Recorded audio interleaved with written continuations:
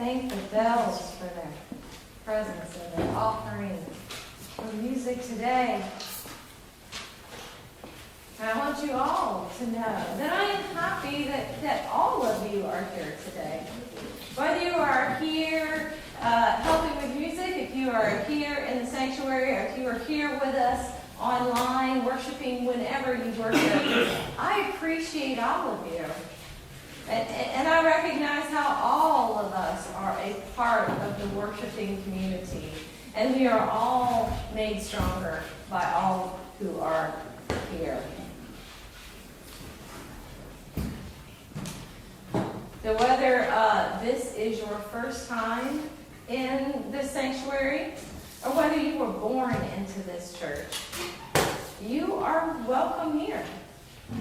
Whether you are with us in person or with us online, you are welcome here. Whether this statement of inclusion you completely agree with, or maybe you don't, either way, you're welcome here. No matter what you have been through or how God made you, here. All means all. Please rise as you are able to call first.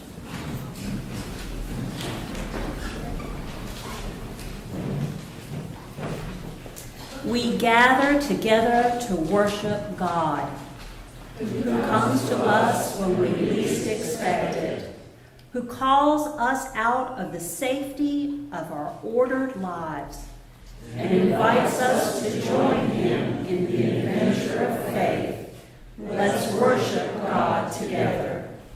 Please join us at the hymn, our first hymn, number 139, Praise to the Lord, the Almighty. Praise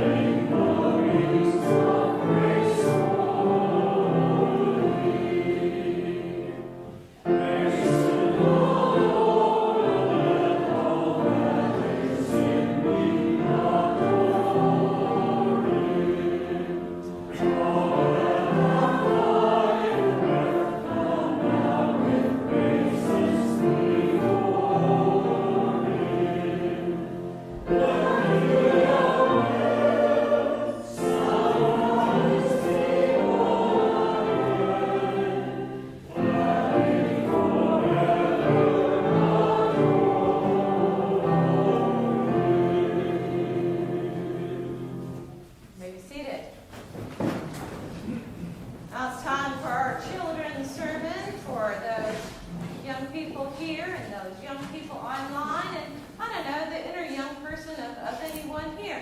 But we're getting close to school time, so I remember when my little one was in school, and she had to learn opposites. So what is the opposite of hot? Cold, okay? My child, because she's mine, I probably need to take credit for this. She said, but hot and cold are both temperatures, Mom. How are they opposite? Which, true. And, black and white are both colors, Mom. So, opposites can be tricky. I guess maybe we'll go with that. Opposites can be tricky. But in light of the fact that opposites can be tricky, we still try to work towards some understanding of opposites. So, what is the opposite of faith? Doubt. Her doubt. Okay, what else? What is the opposite of faith? Any other thoughts about? So you said faith was the opposite of faith? That's a different take. Despair. Okay, there we go. That's breaking outside because when people translate the word in the Bible that says has the not faith in it, it's usually translated as doubt. So you can't have faith if you don't even believe there's anything out there. But really, when it comes down to how we're feeling, despair could be a good way to think about the opposite of faith, In the Bible, though, I would make the argument that the opposite of faith in most of the stories is fear. In the end of Mark's Gospel, the women heard the good news of Jesus being raised, and they didn't say anything because they were afraid. And that fear was keeping them from doing the good news. And 1 John, it tells us that, fear casts out love. And love is the basis of the faith that we work to. So in a lot of ways, the Bible would hold up the opposite of faith as being fear. Because think about that. The thing we're supposed to do is love people and forgive people. And that's not always easy, and it's especially hard when we're scared. I was talking with my sister about when we were kids, and if somebody was getting bullied, why didn't we stand up to try to defend them? It's because we were scared that the bullies would turn on us. Or if it was a teacher doing the bullying, then we're scared we'd just get in trouble with the organization of everything. It's scary, and so you're just quiet, and you just put your head down and go on with the status quo. So what can we do when we are afraid? Well, in the Bible passage we're going to hear, Peter is afraid and he calls out, Jesus, save me, and then Jesus is right there. So I think that's a good thing whenever we are afraid, is that we can pray. We can call out for Jesus, and that can calm our fear, no matter what it is. People talk about there not being prayer in school, but I'll say as long as there are tests, there will always be prayer in school, because people are afraid. And then they pray, calm themselves down to do a better job about things. So no matter where we are, we can always pray to calm down. Because sometimes we do need to be smart and be wary of things. Don't run out into the street after a ball, because a car could come, and that's a reasonable thing to be aware of. And strangers trying to talk to you, like adult strangers trying to talk to you when you're separated from parents in a crowd, that's a good thing to be wary of and be aware of who you're talking to. But then there are times maybe that we need to stand up and we actually have physical safety, but we're just scared of how people will look at us. And those are times maybe we need to say a prayer and be a little stronger and show somebody some love. Whether that's in a school classroom or however age of a person is listening, there are ways that we can learn to move past our fear and our anger and our despair and be a little more faithful and show a little more love. So I'll say a prayer. Dear God, thank you for loving me. Help you are loving us, and help us to love others. In Christ's name we pray. Amen.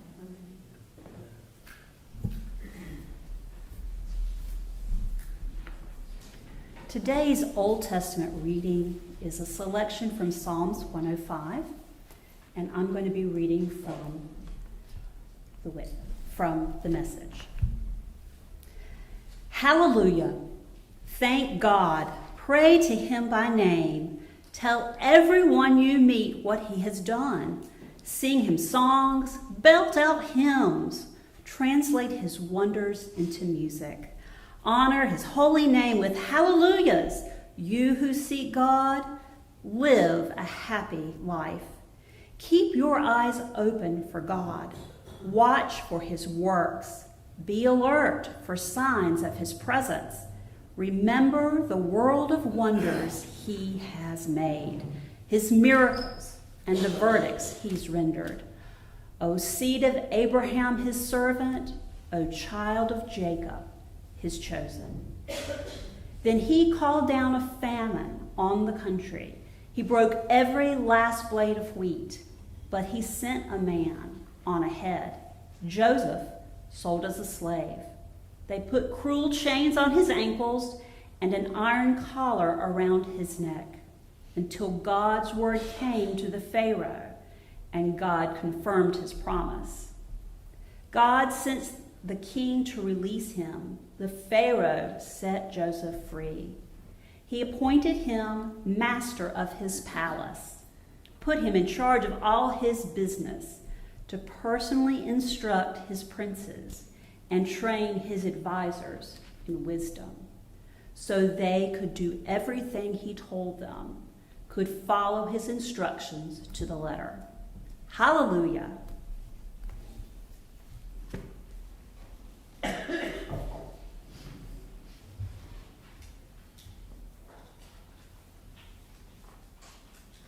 is the time in our service where we hold up one another, and we hold up the concerns and the celebrations.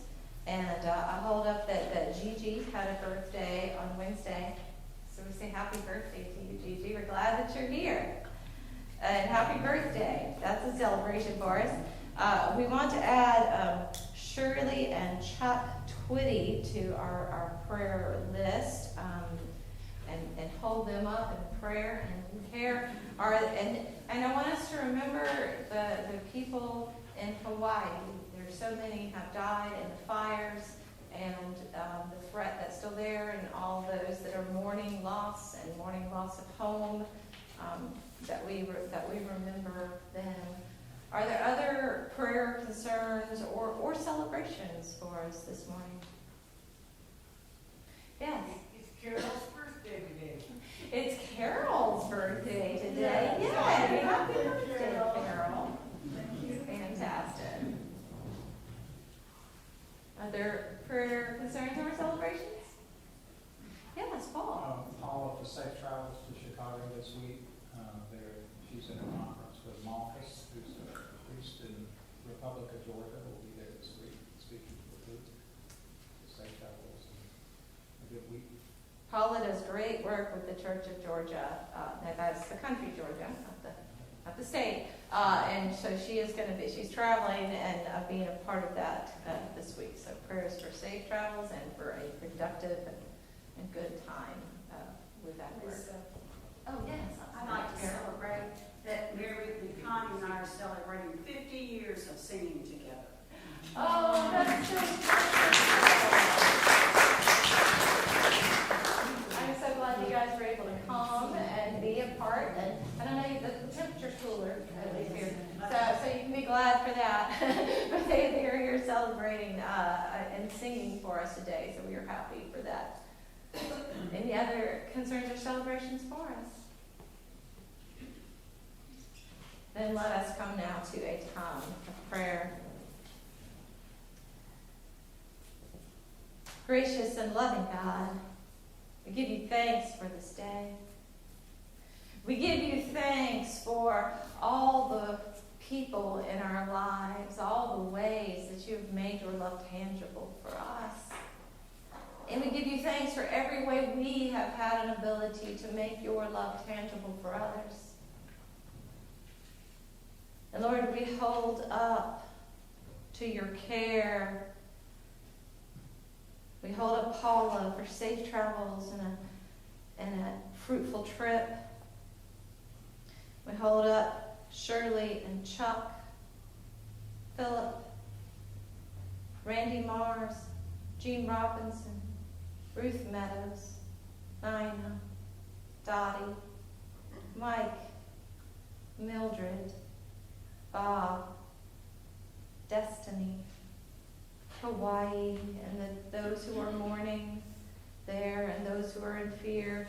We hold up to you all the places in the world where there's conflict and there's pain and loss, all the places, regardless of the circumstances, where people are in fear for their physical safety, and it is casting out love. Lord, we give you thanks for the joys, for the birthdays in our midst. And we ask that you guide us for all the ways that we have the capability to make your love tangible, to make it real in the world. We ask all of this in your Son's name, who taught us to pray, saying, Our Father, who art in heaven, hallowed be thy name. Thy kingdom come, thy will be done, on earth as it is in heaven. Give us this day our daily bread, and forgive us our trespasses, as we forgive those who trespass against us. And lead us not into temptation, but deliver us from evil. For thine is the kingdom, and the power,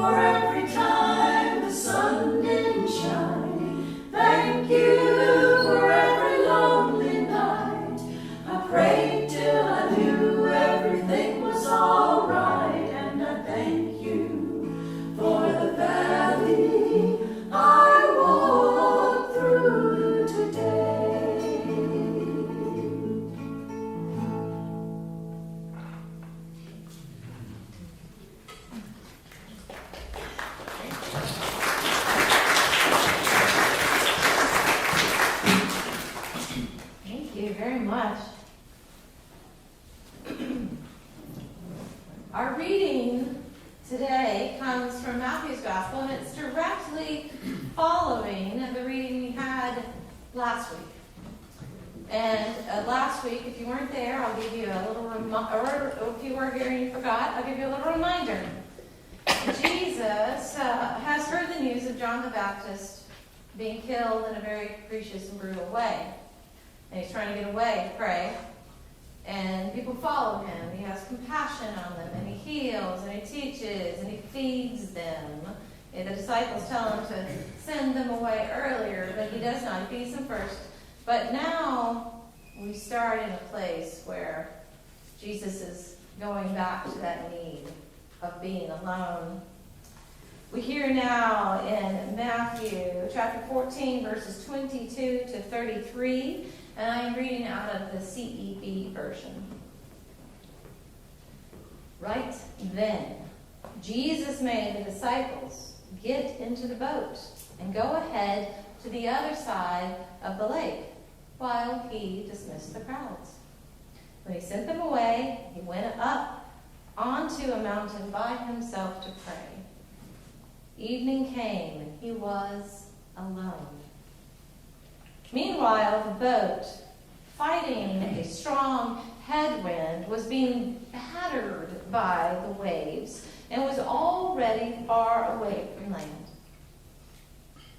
Very early in the morning, he came to his disciples, walking on the lake. When the disciples saw him walking on the lake, they were terrified. And they said, "It's a ghost." They were so frightened, they screamed. Just then, Jesus spoke to them. "Be encouraged. It's me. Don't be afraid." Peter replied, "Lord, if it's you, order me to come out to you on the water." And Jesus said, "Come." Then Peter got out of the boat and was walking on the water towards Jesus. But when Peter saw the strong wind, he became frightened, and he began to sink. He shouted, "Lord, rescue me." Jesus immediately reached out and grabbed him, saying, "You man of weak faith, why did you begin to have doubts?" When they got into the boat, the wind settled down. And those in the boat worshiped Jesus and said, "You must be God's Son." This is the word of God for the people of God. Thanks be to God.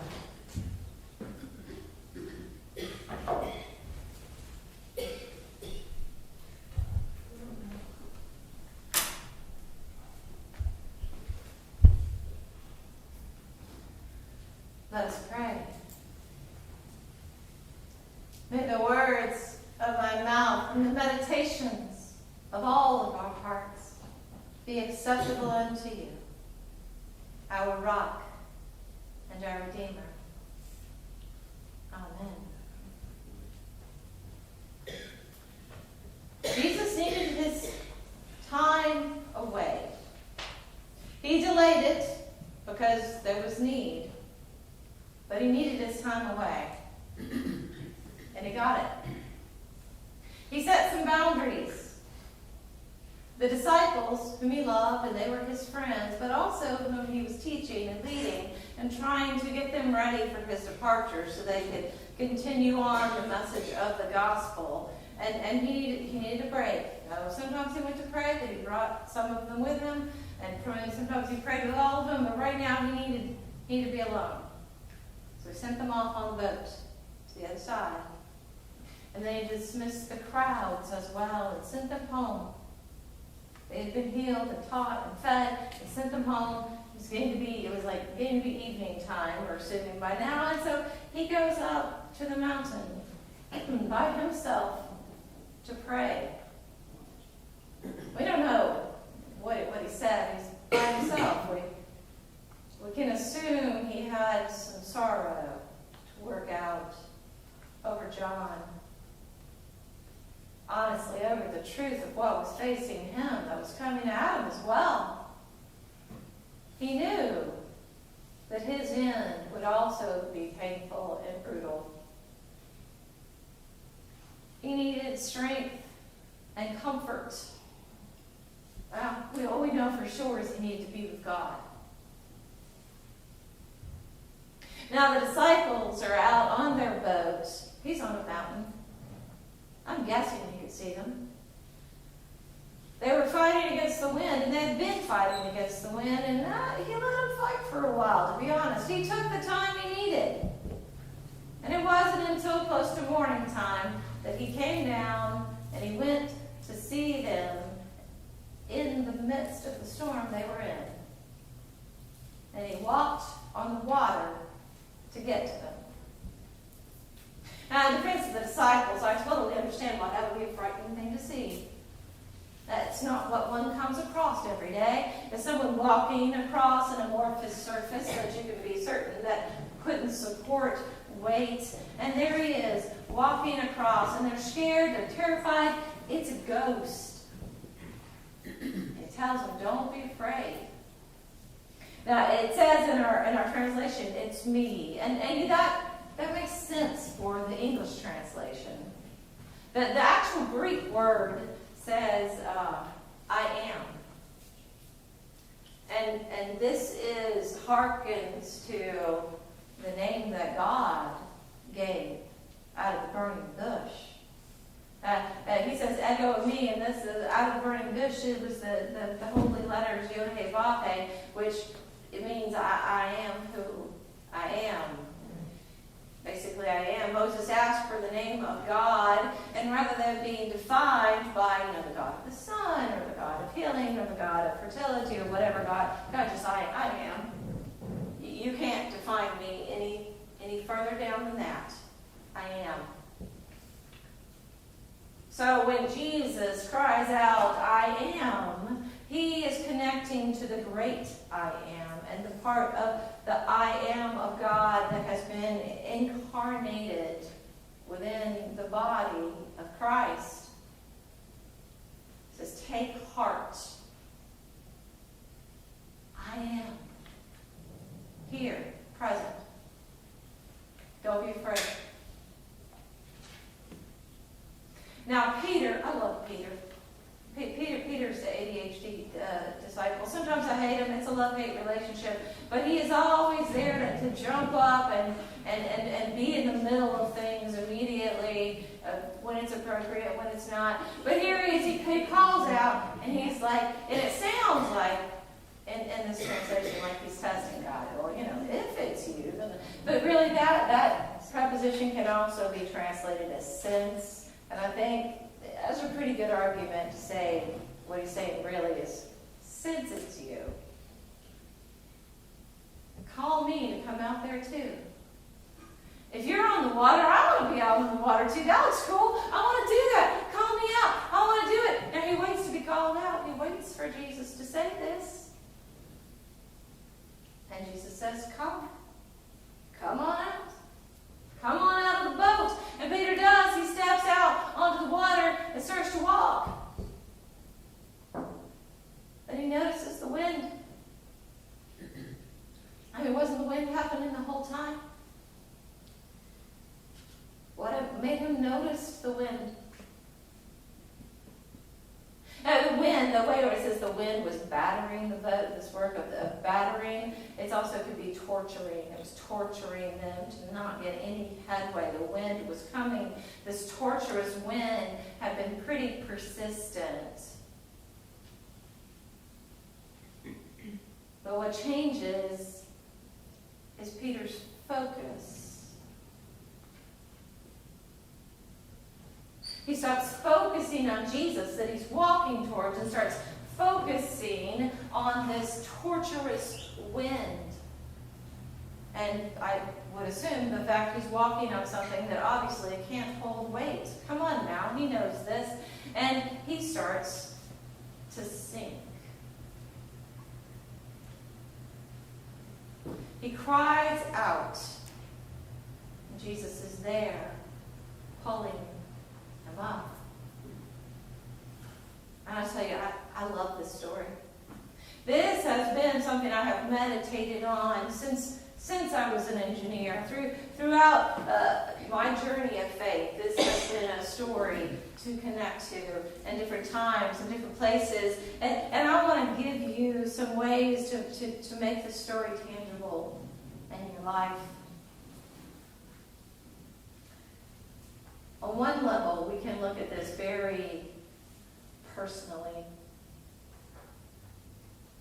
Because that boat can mean for us this strong understanding of who we are. And I am this person. I'm a loving person. I'm not a racist. Come on, racist or bad, and I'm not a racist. So if there's any part of me that's racist, I can't see it. Not here now. That's a temptation for us all. I mean, it's hard to step out of those strong definitions that we've been giving ourselves to see where things really are so that we can challenge ourselves and grow. And you know, not just that. There could be lots of ways that we are self-understanding that, you know, I'm a loving person, so I can't see the way I'm being selfish to this person that I love very much and I'm partnered with. I can't see it. And I got to step out of this understanding so that I can see it and grow and be more loving. I have to be able to step out of some understandings to gain some greater growth.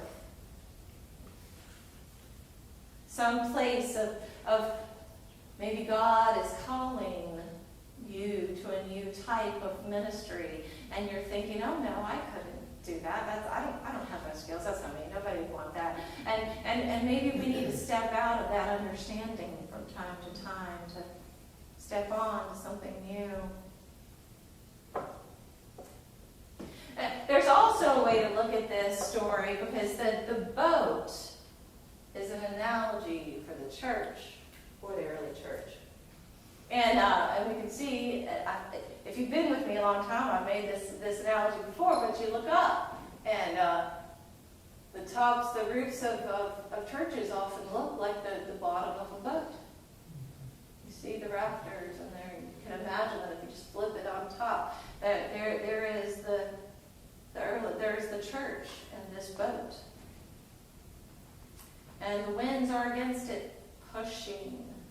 And it's hard to make any progress.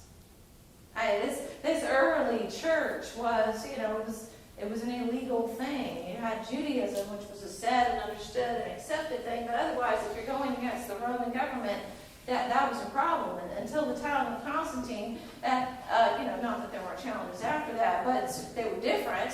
But this early church had like a lot of headwind against it. We still do. We still do. The Methodist Church right now is in the middle of this divorce and splitting away from one another. And then you have the church as a whole, which many people will say, look at the average age of those who are in church, and you can tell the church isn't going to be around the way it is in the future. It's headed for demise. People will say, but I say there will always be the bride of Christ. It may not look like it always does now, because honestly, if you go back in the past, it didn't always look like it does now. But that's okay. That's our expectations. I purely believe the bride of Christ will remain, but there are headwinds, and there's changes, and there's challenges. And one approach to dealing with the challenges to say, I'm just going to make my boat a lot stronger. I'm going to build it up, and nothing's going to change. This is the way it's going to be, and I'm just building it up. I'm going to make it stronger, and everything. Nothing else is going to get in the way.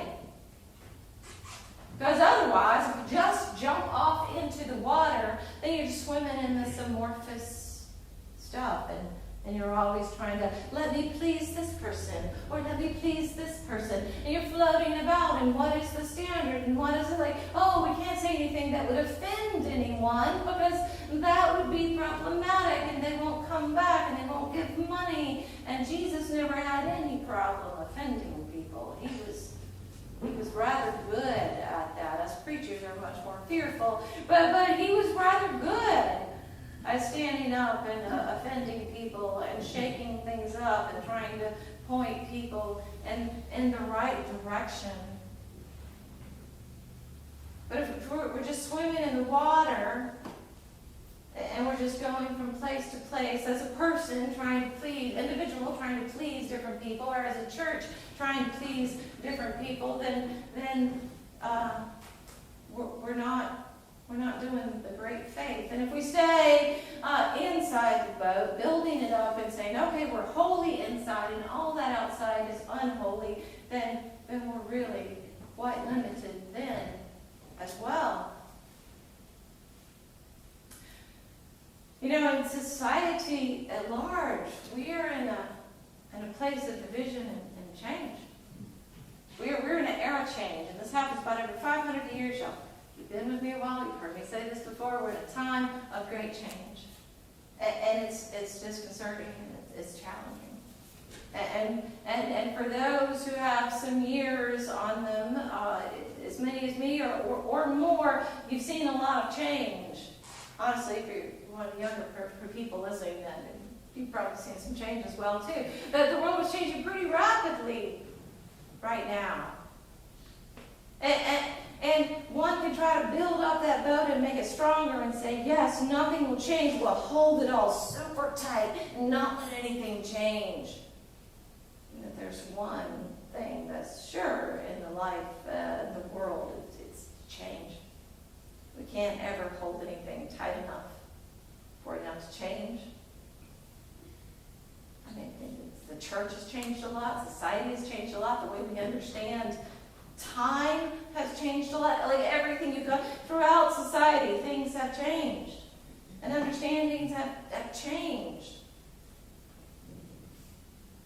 That's part of it.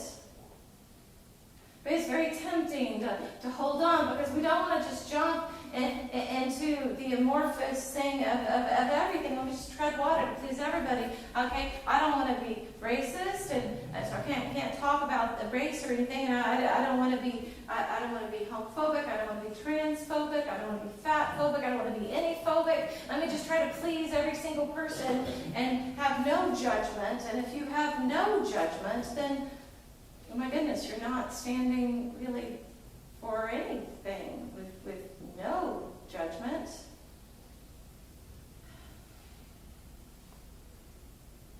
The sweet spot, the place of great faith, is to be out in the chaos, on the chaos of the world, within the storm, but not down treading water afraid and trying to prove yourself in all these different ways, not walling yourself away, building up walls between you and other people because you're not a good person and not a good person. I'm going to stay away from or wall you off or wall off as the church or wall off as society. This is my side and that's your side. There's a lot of walls, a lot of strong boats being built out there trying to protect us from the other.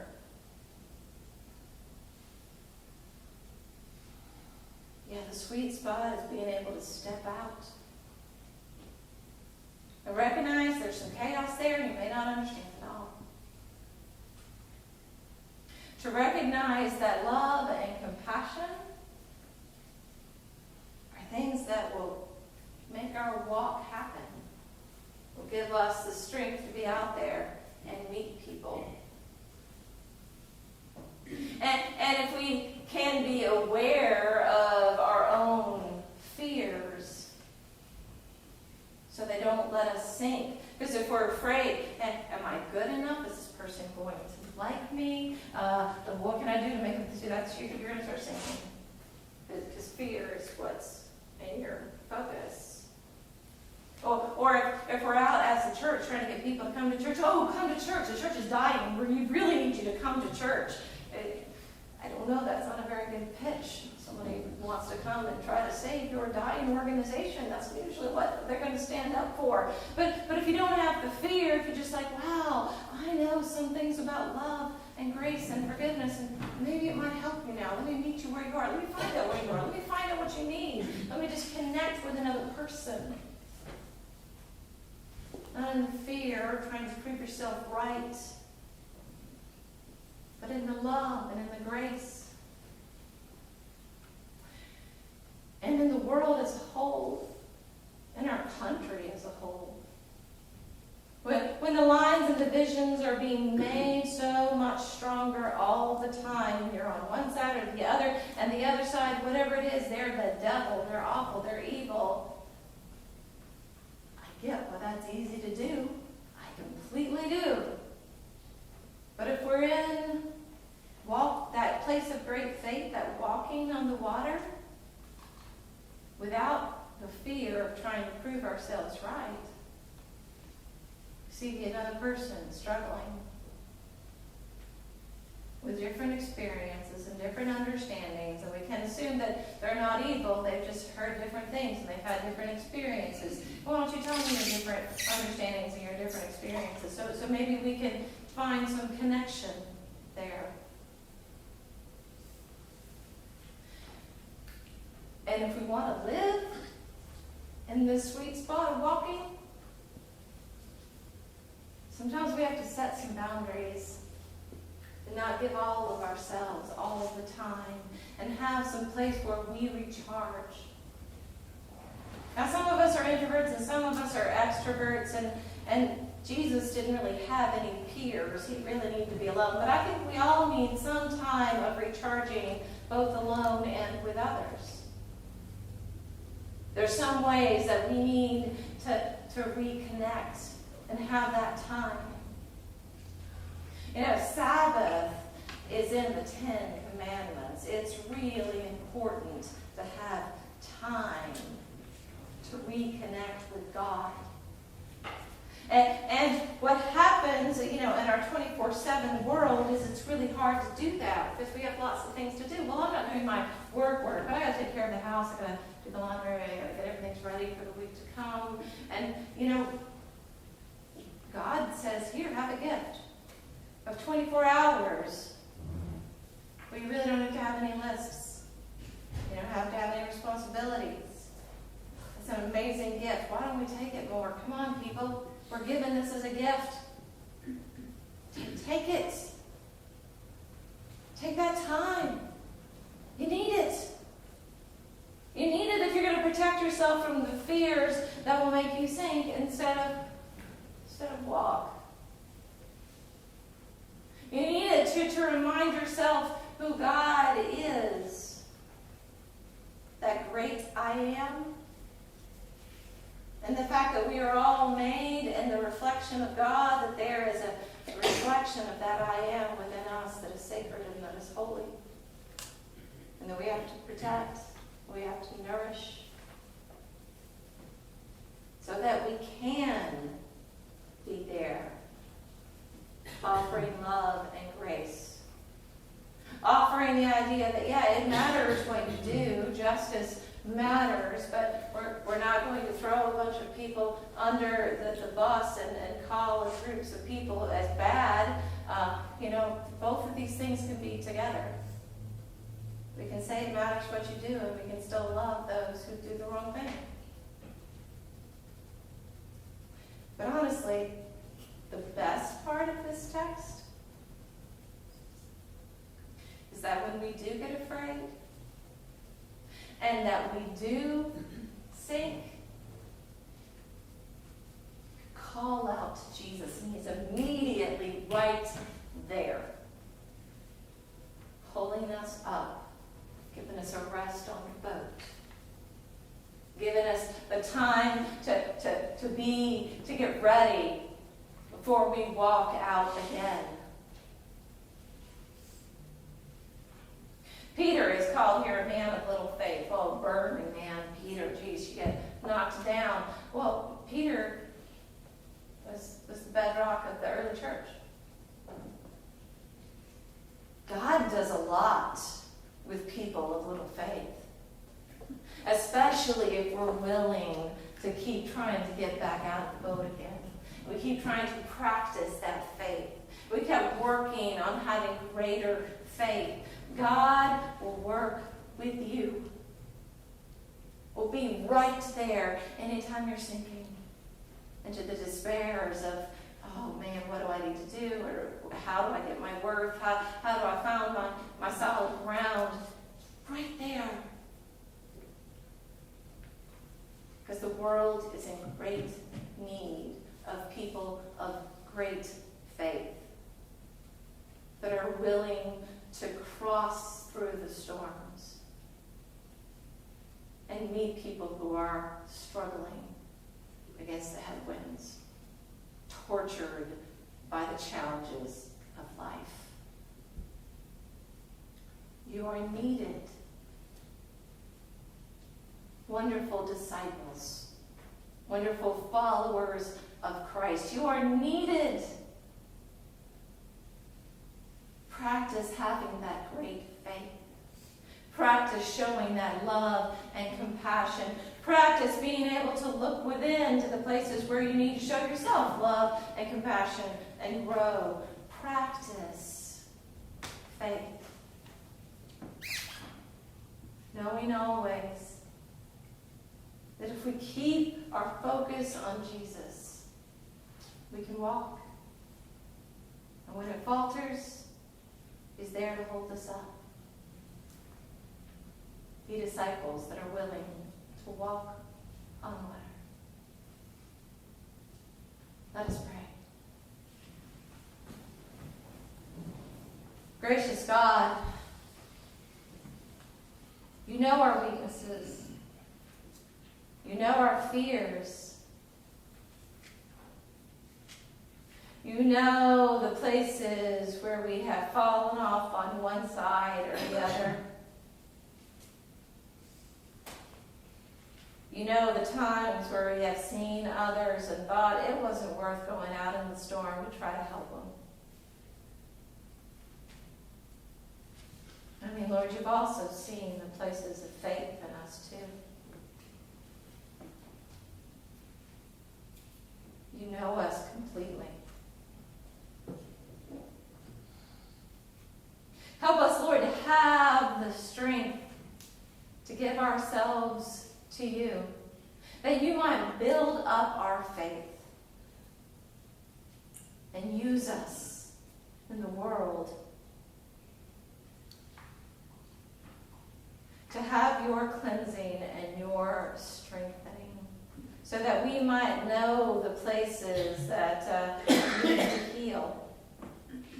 In silence, Lord, we lift to you the things that we have done and left undone and fallen short of your great calling. And we lift to you the wounds of our lives that leave us so susceptible to sin, that you might pour into us your love and grace and strength.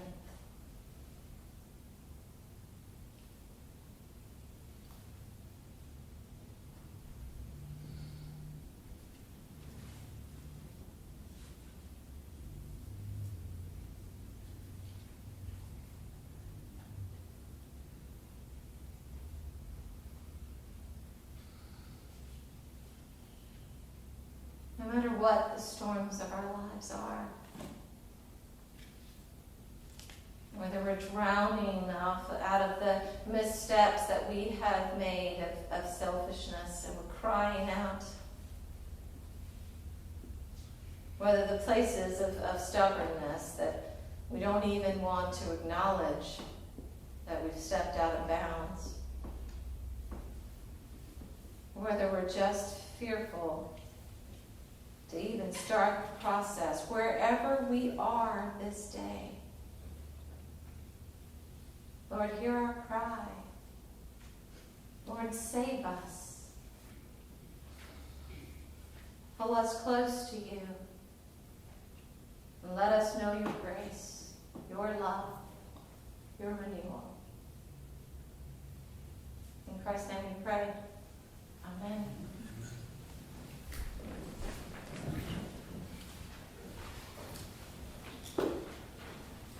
Our Lord crosses the storms of our lives that we might know the fullness of life. Our Lord calms our fears and opens us to a love that transforms, that changes our lives. Know without doubt, in the name of Jesus Christ, you are forgiven and made new. In the name of Jesus Christ, we are forgiven and made new. Thanks be to God. That which we give is a trusting. It's a moving past the fears of our own money and concerns to give to God, that something greater be done with it. So let us celebrate that which has been given. Let us rise and join in doxology.